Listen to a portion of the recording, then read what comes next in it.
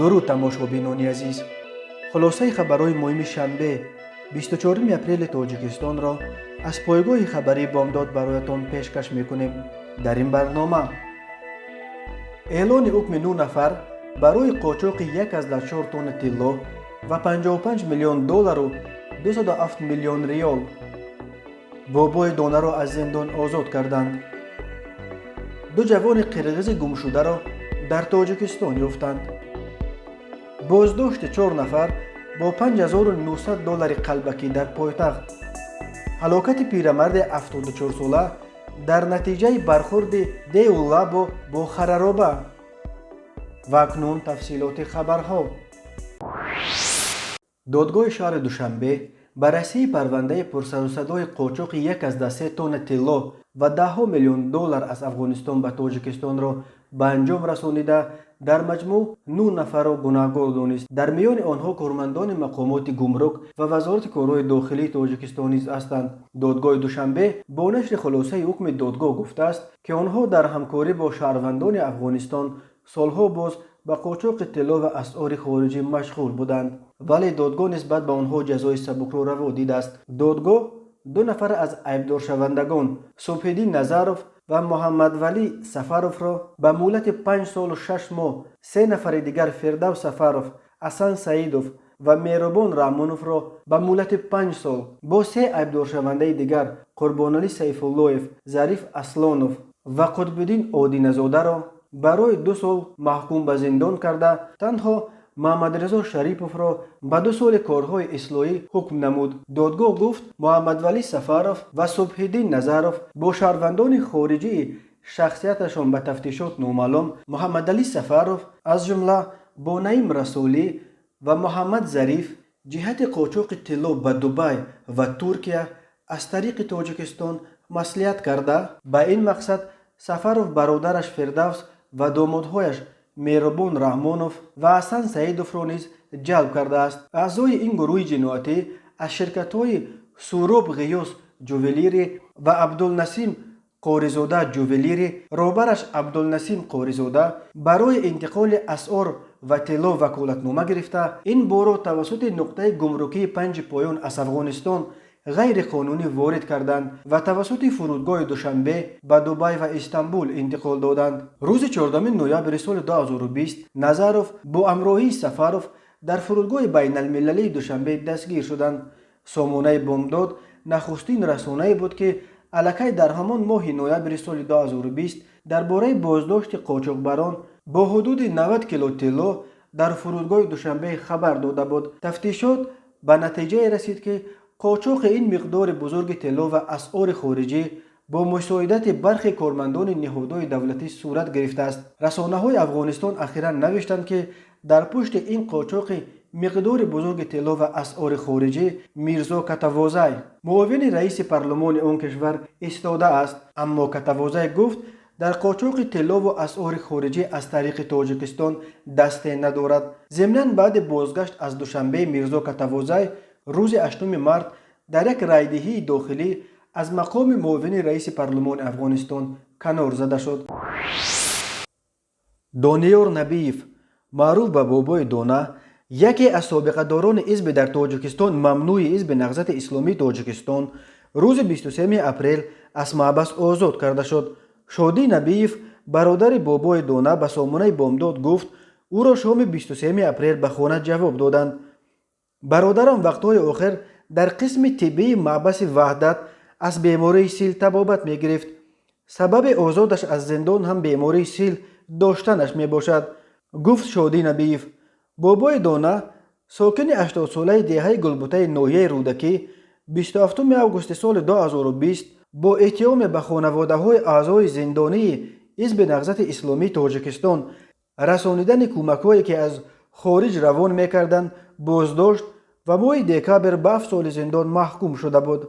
آن وقت محکوم به زندان شدن یک نفر سالخورده در سن 80 و آن هم با جرم رسانیدن کمک‌ها به خانواده‌های زندانیان موج انتقادها از مقامات تاجیکستان را برانگیخت و به این موضوع سازمان‌های بین المللی حامی حقوق انسان نیز توجه کردند. از مأموریت ولایت بادکن قرقیزستان خبر دادند که دو ساکن جوان نویه لیلک که شب 24 اپریل غیب زدند در تاجیکستان یافت شدند. معلوم می شود آنها را مرزبانهای قطعه مرزبانی خونچه با اتهام عبور غیر قانونی مرز دستگیر کردند. مقامات بادکند به بخش قرغیزی رادیو آزادی گفتند که در نتیجه مذاکرات جانب تاجیکستان این دو جوان را الکی آزاد کردند. مقامات بادکند وضع سلامتی آنها را خوب ارزیابی کرده گفت سبب بازداشت آنها تحقیق می شود. جانب تاجیکستان روز 24 اپریل همچنین 6 شهروند دیگر قرغیزستان را که نیز در تاجیکستان در بازداشت قرار داشتند آزاد کرده است. شب 24 اپریل دو جوان قرغیز در مرز ناحیه لیلک قرغیزستان با ناحیه باباجان غفورف تاجیکستان غیب زدند. به گفته ساکنان محلی اشورف داستان حبیب اللهویچ سال تولدش 2002 و کنیبک اولو کوباتبک سال تولدش 2000 در ساختمان یک کارگاه دوزندگی در دهه اکس اوچی جماعت بشکنت ناحیه لیلک در نزدیکی مرز با ناحیه باباجان غفورف کار میکردند. آنها شام 23 اپریل تا ساعت 22 کار کرده سپس با مقصد پاسبانی مواد ساختمانی در محل ساختمان ماندند و شب را در خیمه گذراندند، ولی آنها صبح برای نانوشته به خانه برنگشتند. امدیه ها به محله پاسبانی آنها آمده دیدند که جوانان غیب زدند. در شبکه‌های اجتماعی یک ویدیو از جای حادثه نشر شده است. در این ویدیو یک زن ظاهراً مادر یکی از جوانان گم شده با صدای گریان ایزی خون در پای افزال یکی از آنها را نشان می‌دهد. او میگوید مرزبان‌های تاجیک نیز در جای حادثه قرار دارند و او از جانب تاجیکستان نیز برای یافتن این دو جوان کمک می‌طلبد. ریاست وزارت کارهای داخلی دوشنبه از بازداشت 4 نفر با اتهام به معاملات برآوردن پول‌های قلبکی خبر داد. از ساکن 35 ساله دهه لاهور ناحیه رودکی سلیمان اسکندروف و ساکن دوشنبه اسکندر گلمحمدوف سال تولدش 1991، فردوس شکوروف سال تولدش 1994 و ساربان ایگمقولوف سال تولدش 1995 در مجموع 5900 دلار قلبکی از جمله 26 کپیوره 100 دلاره و 66 کپیوره 50 دلاره مصادره شده است. تشخیص این پولها نشان داد که آنها قلبکی بوده با استفاده از دستگاه چاپی رنگه ساخته شدند. در جریان تفتیشات معلوم شده است که گمانبر شدگان دلارهای قلبکی را که از روی شکل، حجم و دیگر صفتها به دلار اصلی ماننده داشته قلبکی بودن آن را معین کردن دشوار است. از خارجه به تاجیکستان وارد کردند. در نتیجه تفتیشات پیشکی معین گردید که ماه فوریه سال جاری دستگیر شده اسکندروف سلیمان 14000 دلار کپیوره های قلبکی را به خاطر به معاملات برآوردن قبول نموده به رفیقش گلمحمد اسکندروف داده است. گلمحمدوف اسکندر باشد به خاطر عملی ساختن این کردار جنایتی رفیقانش شکور و فردوس و ایگمقولوف ساربان را جلب نموده یک قسم آن را به خارج کشور و قسم دیگرش را که مصادره شد در مرکزهای دلخوشی و دیگر مکانها به معاملات برآوردند. گفته می شود در اطلاعیه مرکز مطبوعات ریاست وزارت کارهای داخلی دوشنبه به ضد این 4 نفر دستگیر شده بر اساس قسم دوم ماده 281 کودکس جنایتی تاجیکستان پرونده جنایتی آغاز کرده آنها را به حبس پیشکی گرفتند. به این 4 نفر برای به معاملات برآوردن مقدار بزرگ پولهای قلبکی همچون مجازات از 8 تا 12 سال زندان تهدید می کند. وقتهای آخر در تاجیکستان موردهای به معاملات برآوردن اسعار قلبکی زیاد به نظر می رسد. روز 19 اپریل مرکز مطبوعات وزارت کارهای داخلی تاجیکستان از بازداشت 2 جوان در نورک با 7800 دلار قلبکی خبر داده بود.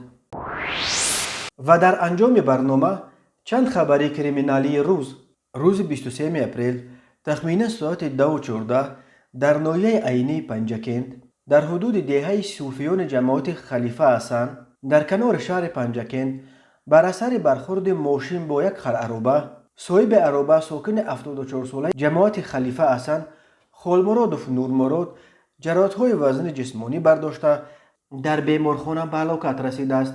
هر سال بر اثر صدمه‌ها در راه‌های تاجیکستان تا 400 نفر جان باخته بیش از 1200 تن دیگر معیوب می‌شوند. 2 جوان 24 ساله ساکن جماعت استقلال ناحیه جیهون با اون گمان بر می شوند که شب 21 و 22 اپریل از زمین‌های خوجگی دیخونی یک ساکن 38 ساله شهرک دوستی در حدود جماعت استقلال 4 سر چاروای خرد شاخدار را دزدیدند. حجم ضرری رسانیده شده 2400 سامانی را تشکیل می دهد. همچنین دو ساکن 25 و 24 ساله ساکن نویه رودکی به آن گمان بر می شوند که روز 22 اپریل تخمینا ساعت 14:00 از زمین‌های چراگاه در جماعت لاهور یک سر چاروای کلان را دزدیده به صاحب آن ساکن 49 ساله لاهور 23,000 سامانی ضرر رسانیدند. این بود چند خبرهای بیشتر را در سامانه بامداد پیگیری نمایید. خوش باشید.